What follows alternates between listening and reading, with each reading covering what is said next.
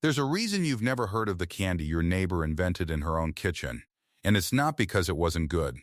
It's because getting that candy onto a single shelf in a single grocery store nationwide can cost more than building the factory that made it in the first place. Okay, so you want to own a candy company. Colorful wrappers rolling off a production line. A factory that smells like sugar and chocolate. Kids' faces lighting up in the checkout aisle. Maybe your own version of the golden ticket fantasy. Here's what that fantasy doesn't show you. The $25,000 check you have to write, quietly, before a single grocery chain will even let your product touch their shelf. The 80% of new candy products that fail within their first year, even after you've paid that check.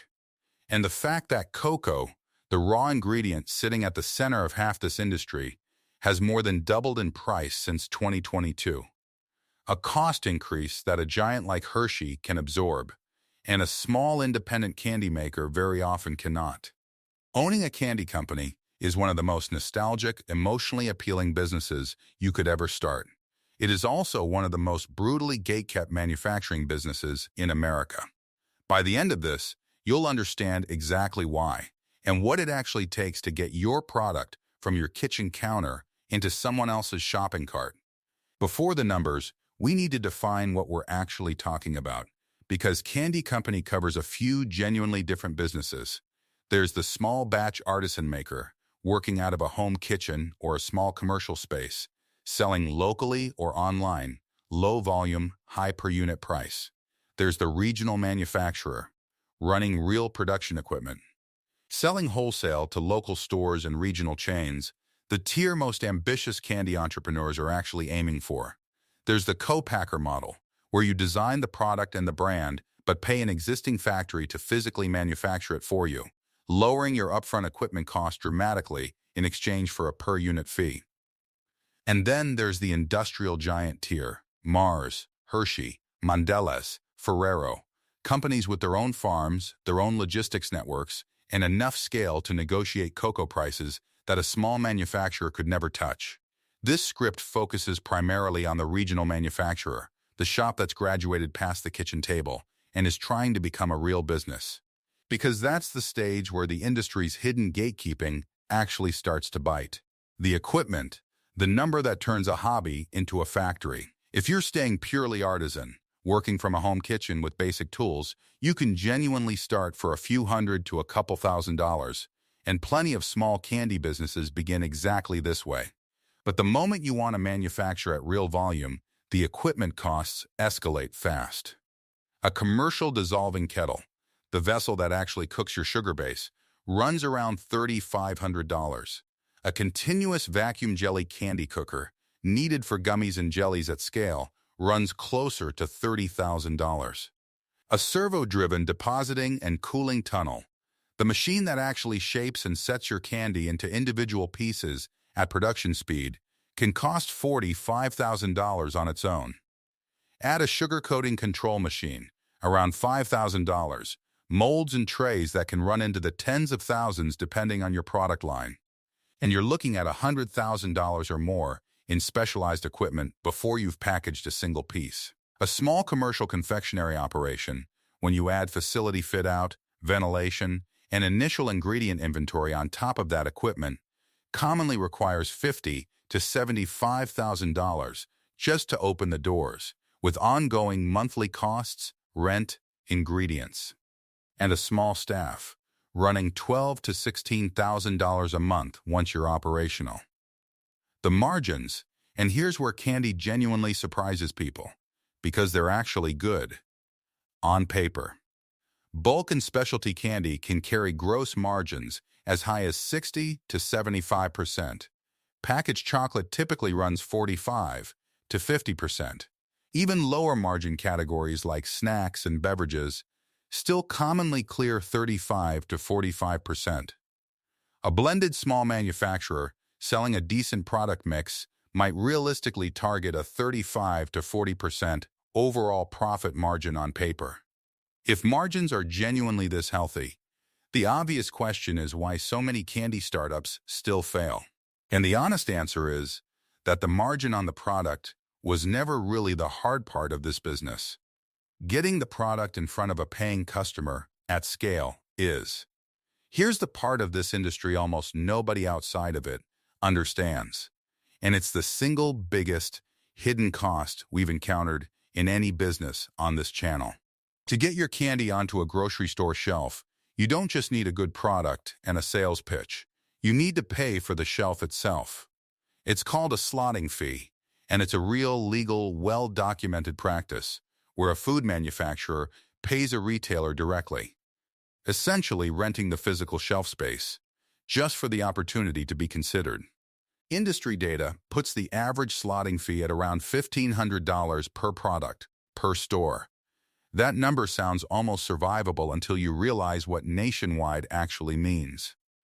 A single product listing across even a modest regional chain of stores can cost anywhere from a few thousand to over $20,000. Rolling a new product out across major national grocery chains has historically required a total slotting allowance of between $1 and $2.5 million. And here's the part that should genuinely worry you. Slotting fees are typically non-refundable, whether your candy sells or not. Retailers charge them precisely because roughly 70 to 80% of new food products fail to gain enough traction to stay on the shelf, so the fee exists specifically to transfer that risk from the store onto you.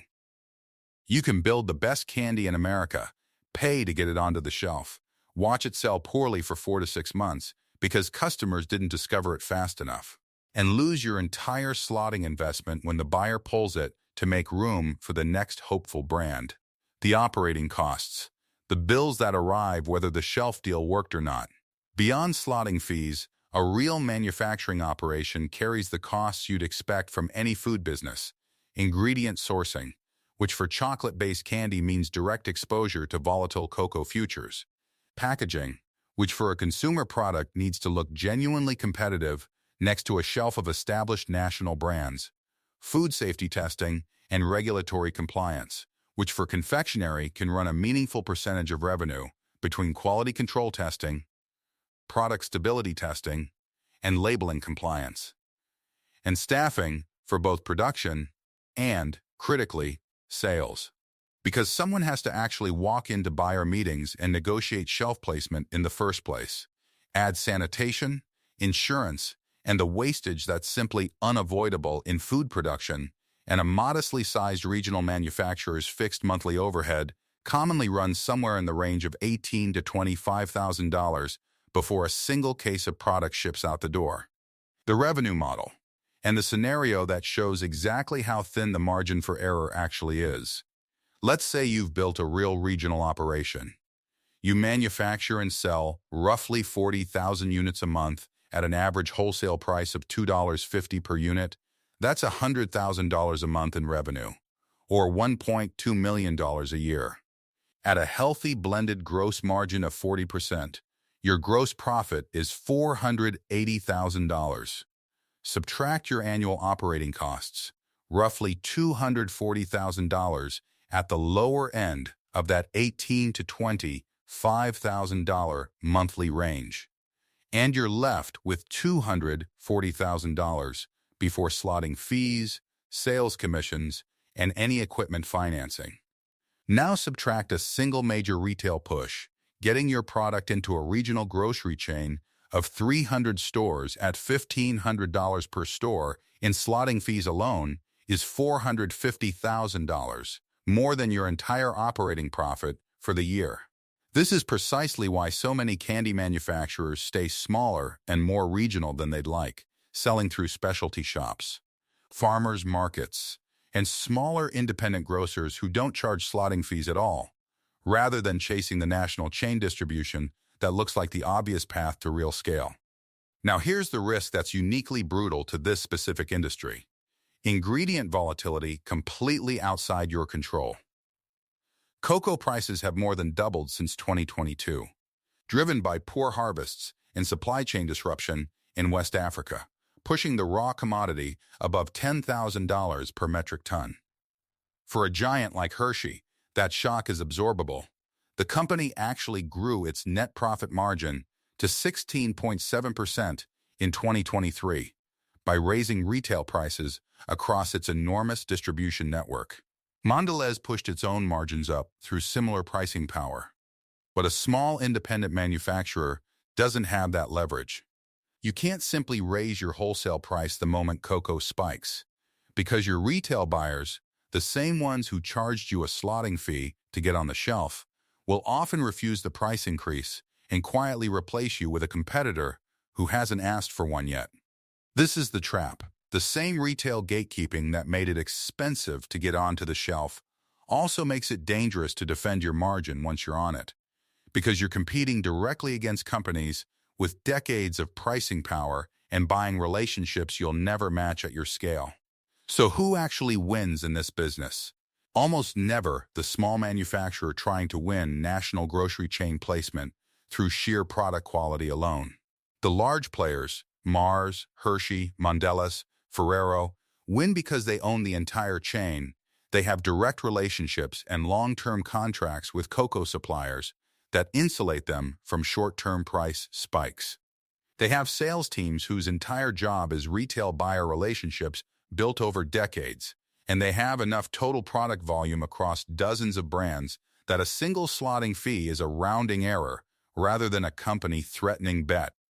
The independent manufacturers who genuinely do well tend to avoid the national grocery chain fight altogether. They build direct-to-consumer sales through their own website, sell through specialty and gift retailers who don't charge slotting fees, lean into farmers markets, subscription boxes, and regional distribution where relationships matter more than fee schedules, and treat national grocery placement as a long-term goal to earn into with capital, not a starting strategy. Let's put real numbers next to two scenarios for our modest regional manufacturer. The good year, cocoa prices stabilize, your existing regional accounts stay loyal, and a well-received product launch earns you placement in a 200-store regional chain. But critically, you negotiate a reduced promotional slotting rate of $800 per store rather than the full $1,500. $160,000 total, funded gradually rather than all at once. Your annual revenue reaches $1.4 million. Gross profit at your healthy 40% margin comes to $560,000. After $250,000 in operating costs and that $160,000 slotting investment, you finish the year with $150,000 in genuine profit, a strong result. The bad year, cocoa costs spike unexpectedly mid-year, compressing your margin from 40% down to 30%, because your retail partners won't approve a price increase fast enough to match the ingredient cost. Simultaneously, a new product, launch into a regional chain, underperforms, selling through only 60% of what the buyer expected, and after 5 months, they pull your product from the shelf entirely. $120,000 in slotting fees, gone with nothing to show for it. Revenue for the year comes in at just $900,000 as the failed launch drags down your average. Gross profit falls to $270,000 at the compressed margin. After $240,000 in fixed operating costs and that $120,000 sunk slotting loss, you finish the year down roughly $90,000. The swing between those 2 years is nearly $240,000. And almost none of it came from how good your candy actually was. It came from a commodity market you don't control, and a retail gatekeeping system designed to put the entire risk of failure on you. So does owning a candy company make sense? The honest answer is that the manufacturing economics on paper are genuinely attractive, healthy margins, a beloved, emotionally resonant product, real repeat purchase potential. The trap is that almost none of that matters until you've solved a distribution problem that has nothing to do with how good your recipe is.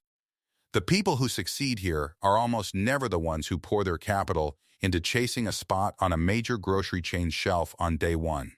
They're the ones who build a loyal following through channels that don't charge admission first: direct sales, specialty retail, regional relationships, and only expand into the gate-kept national chains once they have enough capital and enough proven sell-through data to survive a slotting bet that doesn't pay off on the first try.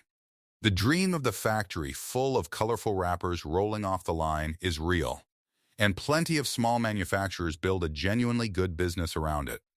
The economics behind actually getting that candy into a stranger's shopping cart are considerably harder than the recipe ever was, and the owners who last are the ones who understood, before they wrote that first slotting check, that they weren't really in the candy business.